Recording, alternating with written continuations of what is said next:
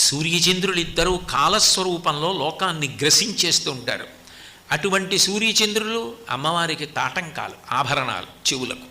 అంటే ఆమె కాలాన్ని శాసించగలదు తప్ప కాలము ఆమెను శాసించదు.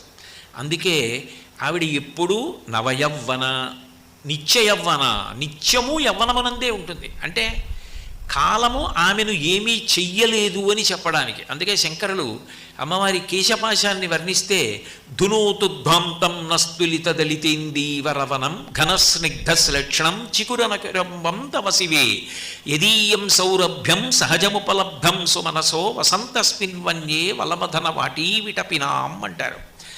ధునోతుధ్వాంతం నస్తులిత దళితేందీవరవనం, నల్ల కలువల చిండు ఎలా ఉంటుందో అట్లా ఉంటుందట అమ్మవారి జుత్తు. అంటే అది తెల్లబడదు, అంటే కాలమునకు లొంగని తల్లి. అందుకని ముగురమ్మల మూల